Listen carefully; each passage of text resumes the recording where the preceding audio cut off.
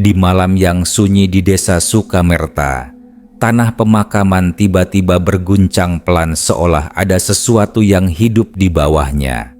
Warga yang lewat melihat gundukan kubur Mansur, pria yang baru dimakamkan 2 hari lalu, bergerak sendiri seperti sedang didorong dari dalam suara angin menggema. Daun Kamboja bergetar tanpa sebab, dan anjing-anjing menyala ke arah kuburan itu. Malam itu, seluruh desa percaya Pocong Mansur telah bangkit dari kubur.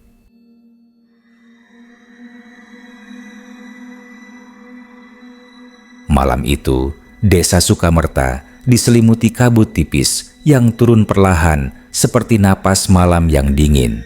Pohon-pohon Kamboja di pemakaman bergoyang pelan dan aroma tanah basah tercium menyengat, hanya suara jangkrik dan desiran angin yang menemani kesunyian.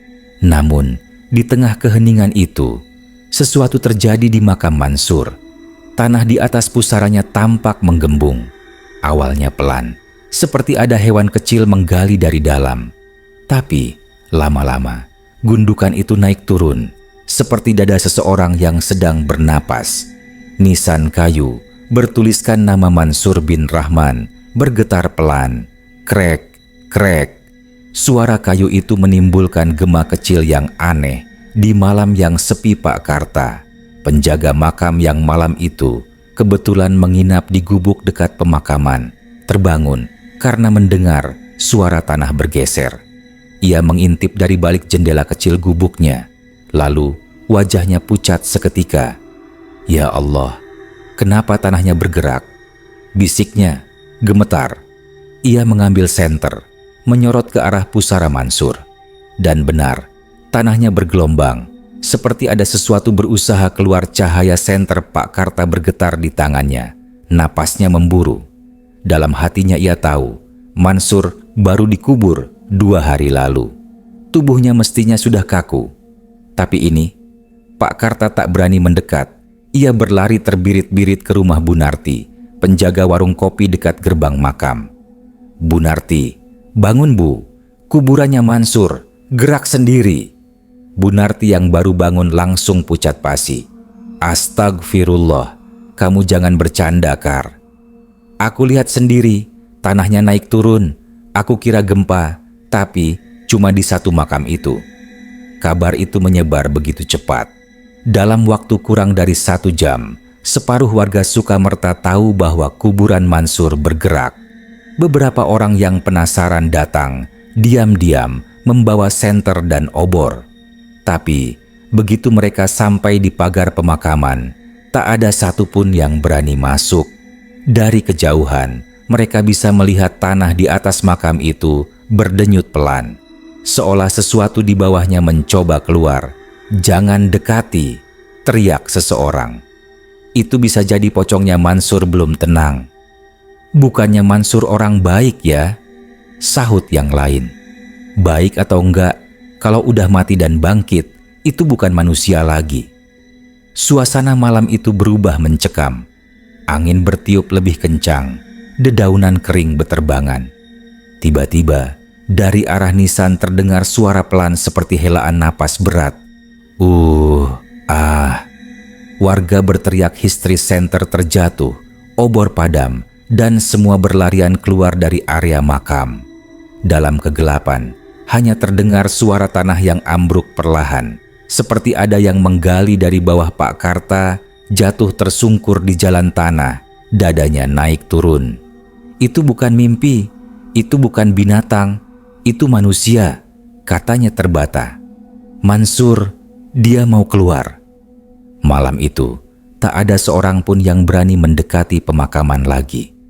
Dari jauh, warga melihat cahaya rembulan menyorot tepat di atas makam Mansur yang kini tampak sedikit terbuka di ujungnya.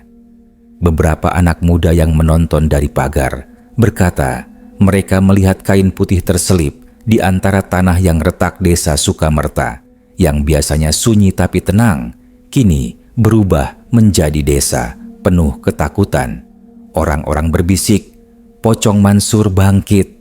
Arwahnya belum tenang. Dia datang menjemput yang salah kubur. Namun tak ada yang tahu, Mansur belum mati. Ia terjebak dalam liang lahat.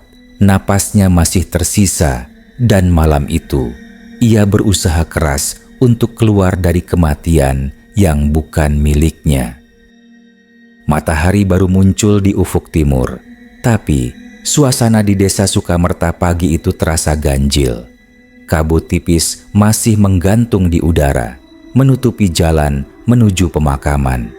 Di warung Bunarti, orang-orang berkumpul sejak subuh. Wajah mereka tegang, suara mereka berbisik-bisik.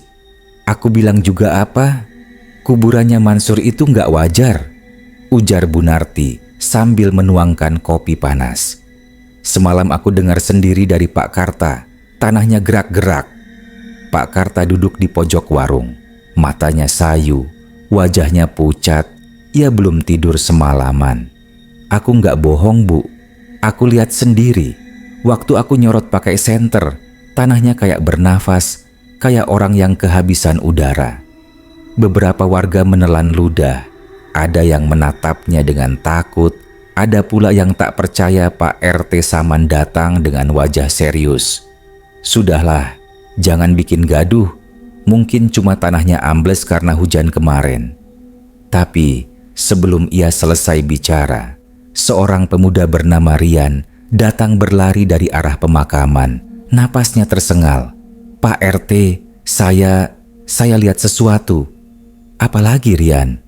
Sumpah Pak, di dekat makam Mansur tadi pagi ada jejak kaki, tapi bentuknya aneh, kayak bekas kain yang diseret dari tanah. Warung langsung hening, semua mata menatap Rian, bahkan angin pun terasa berhenti. Bunarti menjatuhkan sendoknya. Astagfirullah, jangan-jangan itu pocongnya Mansur keluar dari kubur. Suasana berubah kacau. Warga mulai berteriak. Beberapa ibu-ibu menutup mulut sambil gemetar. Ada yang langsung menutup pintu rumahnya. Ada pula yang menyalakan dupa di depan rumah sambil membaca doa. Menjelang siang, kabar tentang pocong Mansur sudah menyebar ke seluruh penjuru desa. Orang-orang takut keluar rumah. Anak-anak dilarang bermain ke jalan. Bahkan suara ayam pun terdengar aneh. Di antara keheningan sore harinya, Ustadz Jeffrey datang ke warung Bunarti untuk menenangkan warga. Sosoknya tenang, berjubah putih, membawa tasbih di tangan. Saudara-saudaraku, jangan langsung percaya gosip, katanya lembut. Kematian dan kehidupan adalah rahasia Allah. Jika memang ada hal ganjil di makam Mansur, kita periksa bersama dengan doa, bukan dengan rasa takut. Namun Pak Karta hanya menunduk. Ustadz, kalau saja Ustadz lihat apa yang saya lihat semalam, mungkin Ustadz juga nggak akan tenang. Justru karena itu, besok malam saya akan ke pemakaman, jawab Ustadz Jeffrey mantap. Kita harus pastikan apa yang sebenarnya terjadi. Menjelang malam, angin mulai bertiup lebih kencang. Pohon kamboja di jalan menuju pemakaman bergoyang kuat. Kelopak bunganya jatuh satu persatu. Suara anjing menggonggong tanpa henti di kejauhan. Sekitar jam 9 malam, beberapa warga yang tinggal dekat pemakaman mengaku mendengar suara aneh. Ada yang bilang seperti seseorang sedang menyeret kain panjang di tanah. Ada pula yang mendengar ketukan pelan dari arah makam. Tuk, tuk, tuk. Dan setiap kali suara itu terdengar, lampu-lampu rumah di sekitar jalan makam tiba-tiba redup, seolah ada sesuatu yang menyerap energi di sekitarnya. Bunarti menutup warungnya lebih cepat malam itu. Sebelum menutup pintu, ia menatap ke arah pemakaman dari kejauhan. Ia bersumpah melihat bayangan putih berdiri di balik pohon kamboja, tidak bergerak sama sekali, hanya menatap ke arah desa. Bibirnya gemetar saat berbisik, "Ya Allah, Mansur, kamu mau apa?" Malam itu, desa Sukamerta tidak tidur. Orang-orang berdoa, sebagian menangis ketakutan. Mereka tidak tahu bahwa yang mereka takuti bukan arwah, Tapi manusia yang berjuang keluar dari liang kubur karena masih hidup. Kuburan Mansur kembali bergetar perlahan, dan dari dalam tanah yang lembab terdengar erangan pelan, lemah namun nyata. "Tolong, aku belum mati." Angin dini hari berembus pelan di desa Sukamerta, membawa aroma lembab dari arah pemakaman. Suara adzan subuh dari Musala Al-Hidayah menggema, melengking lembut, memecah kesunyian warga mulai berdatangan satu persatu dengan langkah hati-hati. Sebagian masih memandangi arah kuburan Mansur yang tak jauh dari musala itu. Namun pagi itu berbeda. Langit tampak kelabu meski belum hujan kabut menebal, menutupi sebagian jalan setapak. Suara jangkrik dan burung hening, seolah alam pun menahan napas.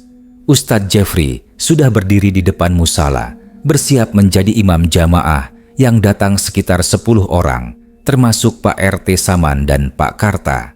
Wajah mereka masih diliputi kecemasan. "Tenangkan hati Pak Karta," bisik Ustadz Jeffrey sebelum iqamah dikumandangkan. "Ingat, tidak ada makhluk yang bisa bangkit tanpa izin Allah." Pak Karta hanya mengangguk pelan, meski matanya sesekali melirik ke arah luar musala yang berkabut tebal. Ketika takbir pertama dilantunkan, kabut di luar musala tiba-tiba bergetar. Samar-samar terlihat sosok putih tinggi berjalan pelan dari arah pemakaman. Langkahnya kaku, tubuhnya seperti diseret, dan kain putih panjang di kakinya berlumur tanah merah. Suara Allahu Akbar dari dalam musala berubah menjadi seruan panik. Salah satu jamaah di barisan belakang menoleh keluar dan menjerit, "Astagfirullah, pocong datang." Sekejap, syaf jamaah buyar. Beberapa orang berlari keluar, ada yang jatuh tersungkur di halaman musala. Bu Narti yang kebetulan lewat hendak ikut sholat, langsung menjerit histeris, "Itu Mansur, itu kain kafannya Mansur, dia datang dari kubur." Sosok putih itu berhenti di depan pintu musala. Kepala dan wajahnya terikat rapat oleh tali kafan, tubuhnya bergetar lemah. Dari balik kain putih itu terdengar suara serak yang mengguncang, "Tolong, aku belum mati." Suara itu begitu nyata. Bukan suara arwah, tapi suara manusia yang sedang kehabisan napas. Namun, warga yang ketakutan tak bisa membedakan. Mereka menjerit dan berlarian meninggalkan musala, meninggalkan sandal, berserakan di jalan. Ustadz Jeffrey tetap berdiri di tempatnya. Wajahnya pucat, tapi matanya tajam menatap sosok itu. Ia melangkah pelan mendekat. "Kalau kau makhluk Allah, sebutlah namanya," katanya dengan lantang sambil membaca ayat kursi. Sosok itu jatuh berlutut. Kain kafannya robek di bagian dada, dan dari baliknya terlihat kulit manusia, masih hangat, masih bernafas. Tali di bagian kepala terlepas sedikit, dan Pak Karta yang baru saja berlari menjauh terhenti kaget. Itu wajahnya Mansur. Astagfirullah, dia hidup. Ustadz Jeffrey segera mendekat, menepuk pipi Mansur yang masih terbungkus. "Mansur, kamu dengar saya? Ini Ustadz Jeffrey." Mansur membuka matanya yang sayu, menatap kosong. "Ustadz, gelap, dingin sekali. Saya dikubur, tapi saya masih hidup." Warga yang mulai kembali mendekat tak percaya dengan pemandangan di depan mata mereka. Mereka menatap Mansur dengan campuran takut dan heran. Pak RT Saman berbisik, "Jadi selama ini kita mengubur orang yang belum mati." Suasana menjadi sangat hening. Hanya terdengar suara adzan subuh dari kejauhan, menggema lembut seolah membenarkan keajaiban itu. Mansur menangis, suaranya lemah. "Saya teriak, tapi tak ada yang dengar. Saya dengar tanah ditimbun di atas saya. Tapi saya masih sadar, Ustadz." Bu Narti menutup mulutnya, tubuhnya gemetar hebat. "Ya Allah, ampunilah kami. Kami mengira dia sudah mati." Matahari mulai naik, sinarnya menembus kabut tipis di sekitar musala. Ustadz Jeffrey menatap warga yang masih berkerumun. Kalian lihat sendiri, Mansur bukan pocong. Dia manusia, dan Allah telah mengembalikannya karena belum waktunya mati. Mansur diletakkan di tikar musala. Tubuhnya masih lemah, tetapi matanya mulai menatap sekeliling. Ia berbisik pelan, "Saya melihat cahaya," dan suara malaikat yang bilang, "Saya harus kembali karena takdir saya belum selesai." Pagi itu, ketakutan di desa Sukamerta berubah menjadi keheningan yang penuh tanda tanya. Apakah ini keajaiban atau peringatan dari langit? Pagi di desa Sukamerta itu begitu berbeda. Kabut belum juga menghilang, meski matahari sudah meninggi. Warga berkerumun di depan musala Al-Hidayah, saling berbisik dalam ketegangan di dalam musala. Mansur terbaring di atas tikar, masih terbungkus sebagian kain kafannya yang kotor dan robek. Nafasnya berat, matanya sayu, namun hidup. Ustadz Jeffrey duduk di sampingnya, menatap penuh iba. Di sekeliling mereka, Pak Karta, Bu Narti, dan beberapa warga lain masih tak percaya pada apa yang mereka saksikan. "Ini tidak mungkin," bisik Pak RT Saman. "Aku lihat sendiri waktu itu, tubuhnya sudah dingin. Dokter desa pun bilang dia meninggal." Ustadz Jeffrey mengangguk pelan. "Kadang takdir Tuhan bekerja di luar nalar manusia. Ini bukan arwah, bukan pocong, tapi jasad yang dihidupkan kembali karena belum tiba waktunya." Namun, warga belum tenang.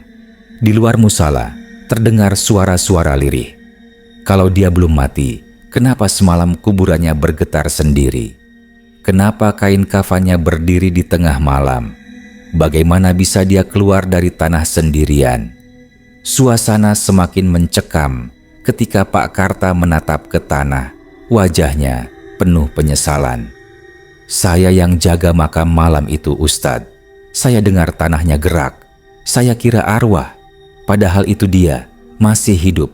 Ya Allah, saya yang menutup kuburnya dengan tangan saya sendiri." Air mata mengalir di pipinya. Suaranya gemetar menahan rasa bersalah. Mansur membuka matanya pelan, menatap Pak Karta dengan pandangan kosong. "Saya ingat, waktu itu gelap sekali. Saya coba teriak, tapi mulut saya kaku. Saya dengar suara orang-orang baca doa di atas saya. Lalu, tanah menimbun saya pelan-pelan." Suara Mansur serak dan parau.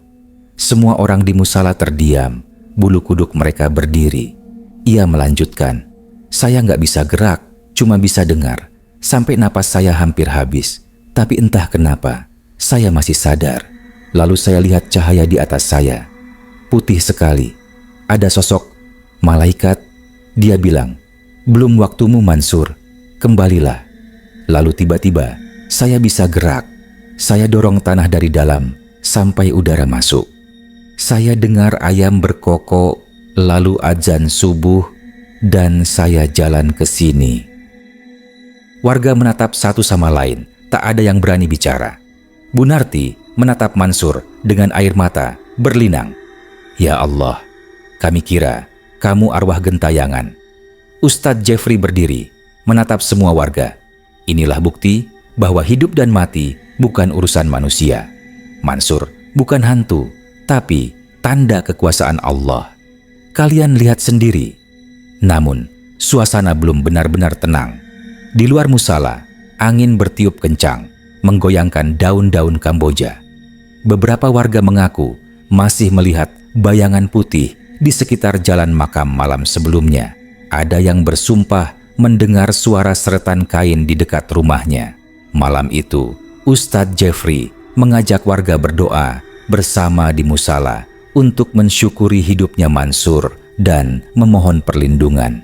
Tapi saat doa berlangsung, tiba-tiba listrik desa padam. Suara angin bertiup makin kencang. Dari arah pemakaman terdengar suara berat menggema pelan, seperti napas panjang yang keluar dari tanah. Semua warga menoleh keluar dengan mata membulat. Pak Karta berbisik lirih, "Jangan-jangan ada yang lain di sana yang benar-benar sudah mati." Ustadz Jeffrey tetap tenang, meski wajahnya menegang. Biarkan, jangan diganggu. Mungkin alam gaib terusik karena kita terlalu banyak bicara tentang mereka. Malam itu, tak ada yang berani pulang cepat. Mereka berjaga di musala hingga fajar tiba. Dan ketika azan subuh terdengar, dari arah pemakaman masih tampak tanah di makam Mansur sedikit terbuka, seolah baru saja seseorang keluar dari sana. Warga sadar, Desa Sukamerta tidak akan pernah sama lagi setelah hari itu. Meski mereka tahu Mansur hidup, bayangan tentang pocong yang bangkit masih tertanam kuat di benak semua orang. Sore itu, Desa Sukamerta kembali ramai. Setelah beberapa hari penuh ketakutan, kini warga berkumpul di balai desa atas undangan Pak RT Saman. Mereka ingin mendengar langsung kisah dari mulut Mansur, kisah tentang bagaimana ia bisa hidup kembali setelah dikubur 2 hari. Suasana balai desa terasa tegang. Lampu-lampu redup, angin sore meniup tirai bambu yang berderik pelan. Di depan warga, Mansur duduk di kursi panjang, mengenakan sarung dan baju putih lusuh. Wajahnya masih pucat, namun matanya tajam menatap kerumunan. Di sampingnya duduk Ustadz Jeffrey dengan tenang memegang tasbih. Bapak-bapak, ibu-ibu, suara Pak RT Saman membuka pertemuan itu. Hari ini kita semua akan mendengarkan kisah langsung dari Mansur tentang apa yang sebenarnya terjadi. Semoga kita bisa mengambil hikmah. Semua mata tertuju pada Mansur. Hening. Hanya suara jangkrik dari luar yang terdengar.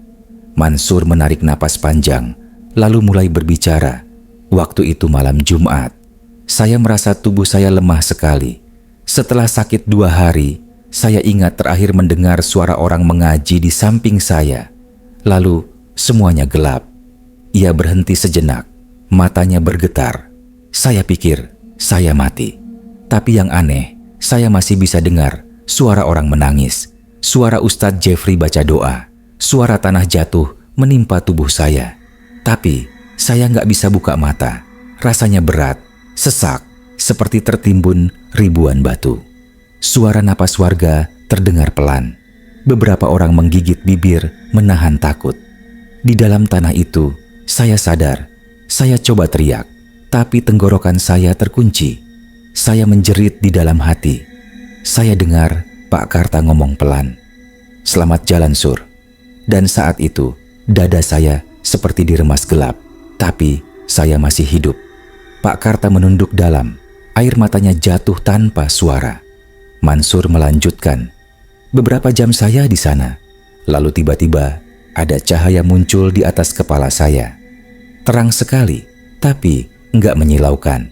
Dari cahaya itu muncul sosok tinggi, berjubah putih, wajahnya bersinar. Dia bilang dengan suara berat tapi lembut, 'Belum waktumu, Mansur, kau harus kembali. Masih ada yang harus kau lakukan.' Warga mulai berbisik-bisik, sebagian gemetar, sebagian beristighfar pelan. Saya bilang ke malaikat itu, 'Saya sudah lelah, saya nggak kuat.' Tapi dia jawab, 'Bukan kamu yang menentukan waktumu, kembalilah.' Setelah itu, saya merasa tubuh saya hangat lagi. Saya bisa gerak. Saya dorong tanah di atas kepala saya dengan sisa tenaga. Saya dengar ayam berkokok. Lalu, suara azan subuh. Itulah saat saya keluar. Mansur berhenti, menatap warga satu persatu. Saya lihat jalan setapak menuju musala. Saya pikir saya masih bermimpi, tapi ternyata saya benar-benar keluar dari kubur. Dan yang pertama saya lihat adalah kain kafan di kaki saya, dan tangan saya gemetar. Saya hanya ingin minta tolong, tapi orang-orang malah lari. Bu Narti menunduk malu. "Kami takut, Sur. Kami pikir kamu arwah." Mansur tersenyum tipis. Saya tahu, bahkan saya pun takut dengan diri saya sendiri waktu itu.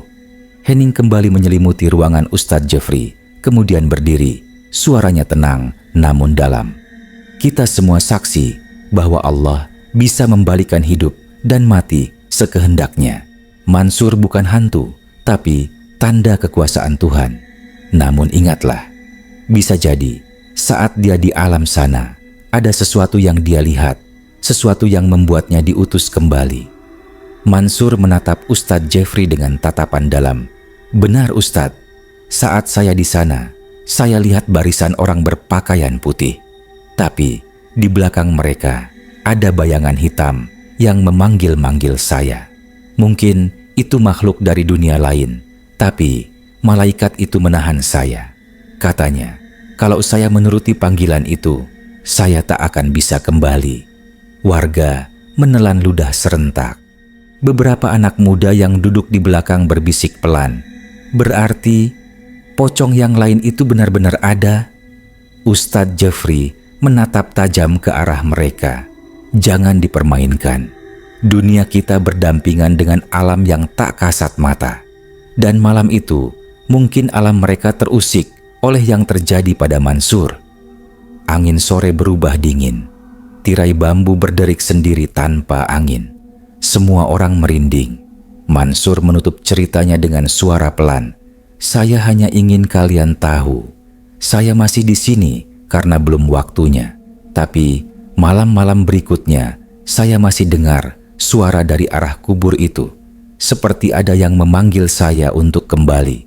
Semua orang terdiam. Di luar, azan maghrib menggema.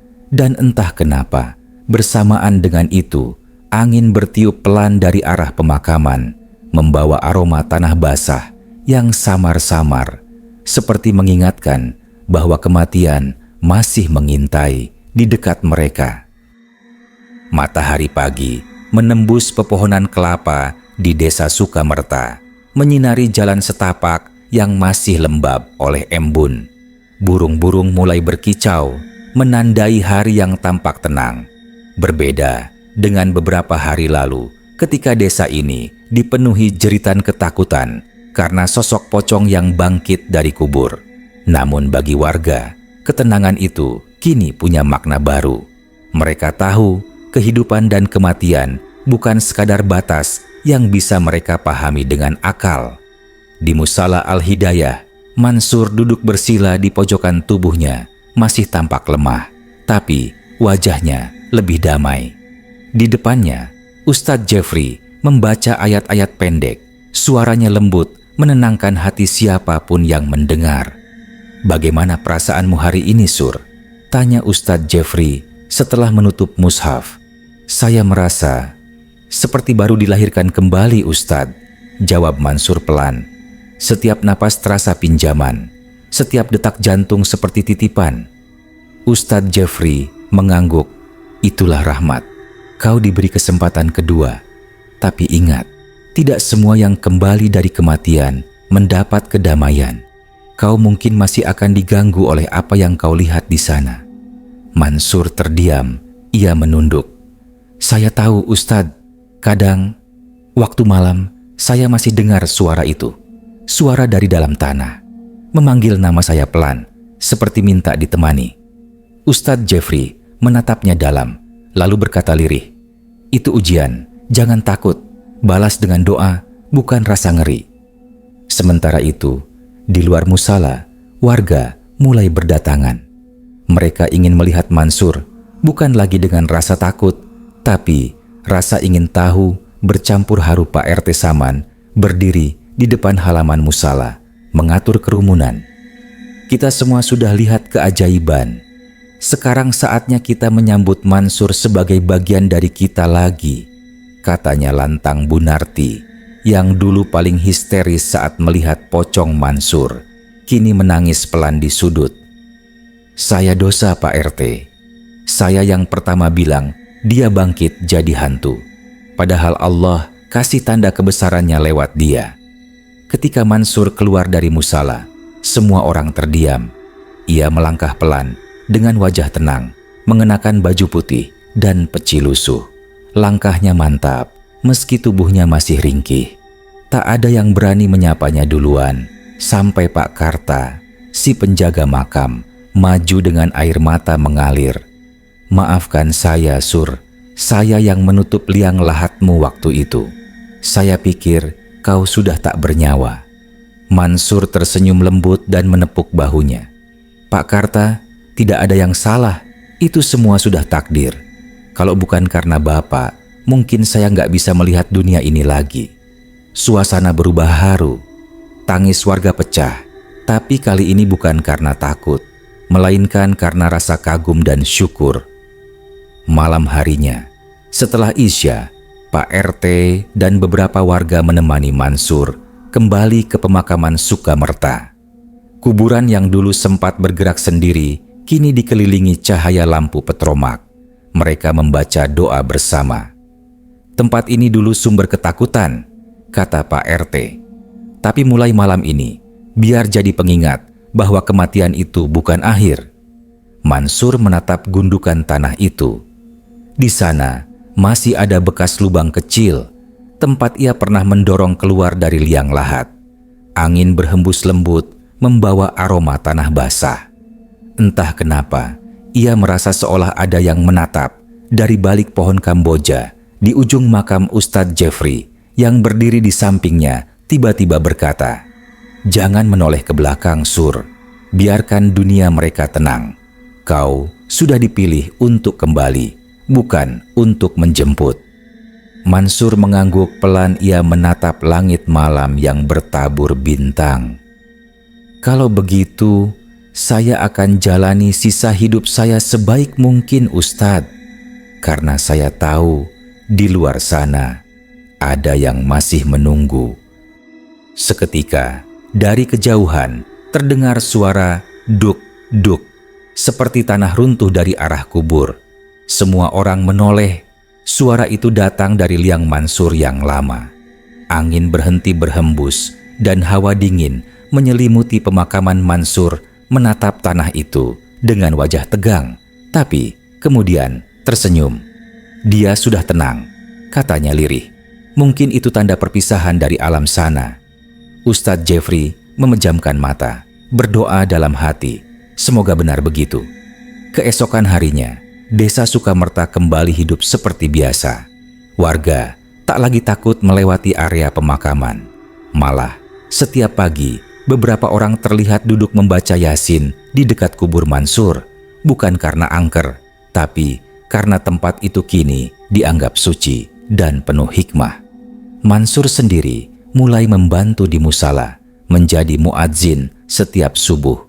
Suaranya merdu, dan setiap kali adzan menggema, warga merinding, bukan karena takut, tapi karena sadar.